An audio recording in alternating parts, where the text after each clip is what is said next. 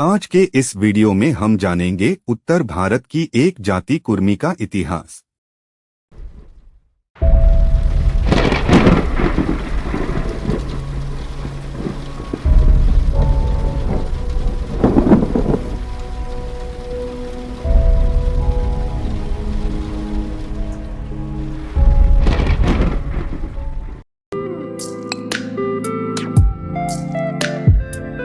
उत्तर मध्य भारत यानी आज के उत्तर प्रदेश, मध्य प्रदेश, बिहार, झारखंड, छत्तीसगढ़, ओडिशा और बंगाल के जंगलों में कुड़माली भाषा बोलने वाली एक जनजाति निवास करती थी। जो कुड़माली भाषा बोलते थे, इसीलिए उनको कुड़मी जाति से जाना जाता था। कुड़मी जाति के लोग ऑस्ट्रोलॉड रेस के थे, ऐसा माना जाता है।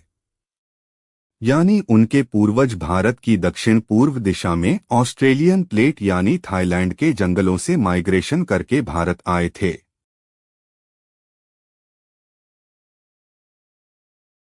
समय के चलते उनमें से कुछ लोग उत्तर मध्य भारत के जंगलों से माइग्रेशन करके गांवों में बस गए। यहां इनको जमींदारों के खेतों में काम मिलने लगा, यानी वे यही स्थायी हो गए और जमींदारों के खेतों में दैनिक मजदूरी करके गुजरान चलाने लगे।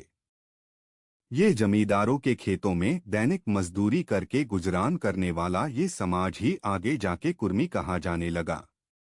इसके पीछे भी एक रोचक इतिहास है। दरअसल जब भारत पर ब्रिटिश ईस्ट इंडिया कंपनी का शासन था और अंग्रेज सरकार भारत की हर जाति का विश्लेषण और यादी तैयार करवा रही थी, तब अंग्रेजी सरकार जातियों की यादी अंग्रेजी भाषा में तैयार करवा रही थी और तब की अंग्रेजी में हिंदी अक्षर ड के लिए डी की जगह आर का उपयोग किया जाता था। इसीलिए कुड़मी को अंग्रेजी में कुड़मी की जगह कुर्मी लिखा जाने लगा।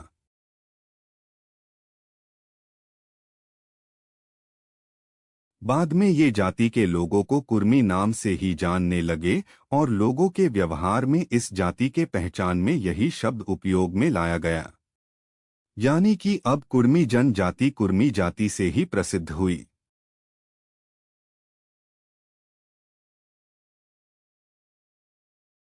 यहाँ तक तो बात हुई कुर्मी जाति के माइग्रेशन और कुर्मी जाति के अस्तित्व में आने की। अब बात करते हैं कुर्मी जाति के कुछ संघर्षों की।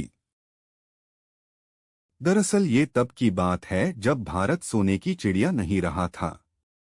यानी कि भारत सोने की चिड़िया के पंख आक्रमणकारियों के द्वारा जातिवाद के जंजीरों में बांध दिए थे। कुर्मी जाति के लोग मूल जनजातीय समूह के और दैनिक मजदूरी करने वाले होने के कारण अंग्रेज सरकार ने इनको क्रिमिनल एक्ट के तहत इनको क्रिमिनल ट्राइब में शामिल कर दिया था और जातिवाद के जहर को भारत के गांवों में फैलाने के कारण और कुर्मी जाति को सामाजिक दृष्टि से नीची जाति का मानने के कारण जातीय सम्मान नहीं मिलता था और कुर्मी क्रिमिनल ट्राइब की यादी में होने के कारण इनको किसी भी सरकारी नौकरी में काम नहीं मिलता था। क्रिमिनल ट्राइब के विरोध और जातीय शोषण के विरुद्ध लड़ने के लिए सन 1894 में लखनऊ में एक सभा का आयोजन बाबू रामाधीन की अध्यक्षता में किया गया। इस संगठन का नाम कुर्मी सदर सभा रखा गया।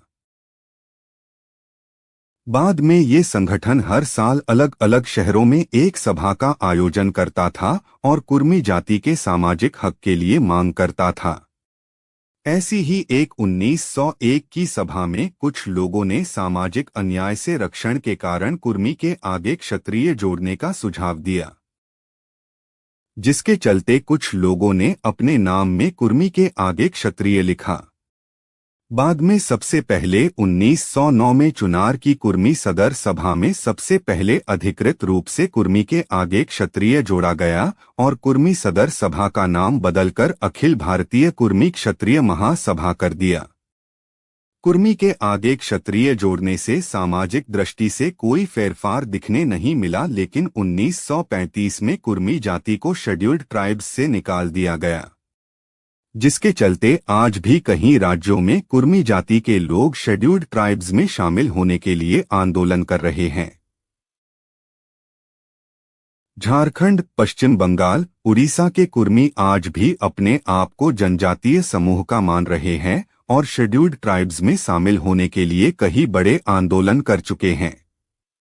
और उत्तर प्रदेश, बिहार, मध्य प्रदेश और छत्तीसगढ़ के कुर्मी अपने आप को क्षत्रिय मान रहे हैं, लेकिन ये दोनों ही एक जाति है। 1909 में कुर्मी जाति के लोगों ने अपने नाम के आगे क्षत्रिय जोड़ने के अलावा कुछ जमींदारों और राजाओं की उपाधि भी अपने नाम में जोड़ने लगे थे, जैसे पटेल, चौधरी, वर्मा और सिंह आदि। अब बात करते हैं कुर्मी जाति के कुछ नामचीन लोगों की।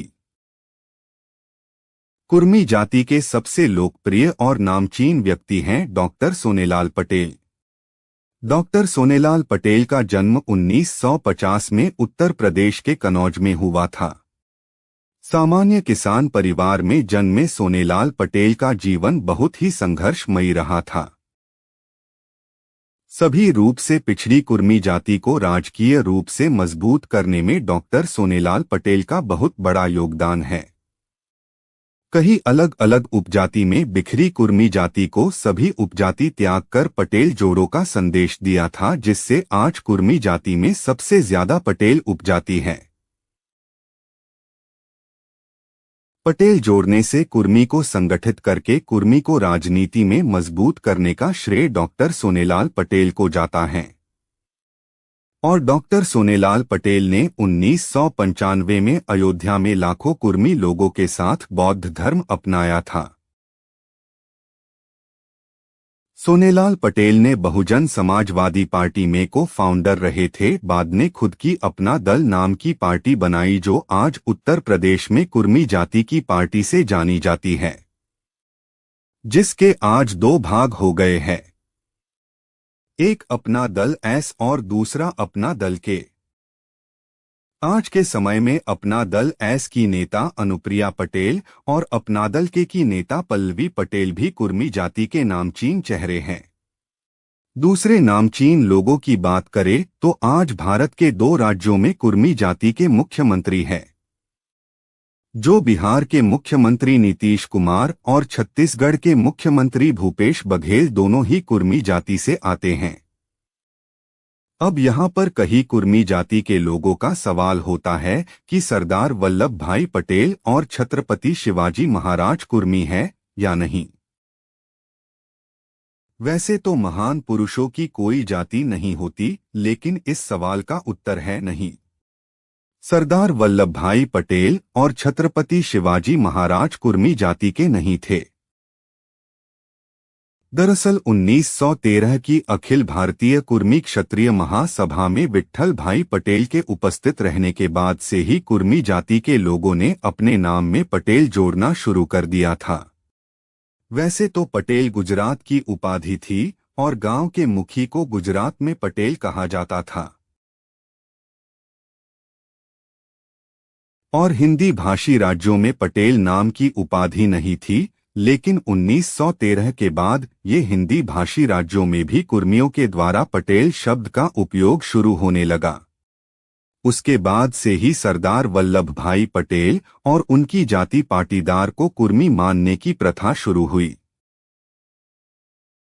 ठीक उसी प्रकार से 1919 में कोल्हापुर के छत्रपति शाहूजी महाराज ने अखिल भारतीय कुर्मी क्षत्रिय महासभा में उपस्थित रहे थे, जिसके चलते छत्रपति शिवाजी महाराज को कुर्मी मानने की प्रथा शुरू हुई। दरअसल अखिल भारतीय कुर्मी क्षत्रिय महासभा किसानों का संगठन था और ये भले ही कुर्मी नाम से बना हो, लेकिन इसमें कई ऐसी जाति के लोग भी थे जो कुर्मी जाति के नहीं थे, लेकिन इस संगठन में सेवा देते थे, जिसमें मराठा, पाटीदार, कापू, कम्मा जाति के नेता और राजा भी थे। जो कुर्मी नहीं थे उसके बावजूद भी इस संगठन में सेवा देते थे।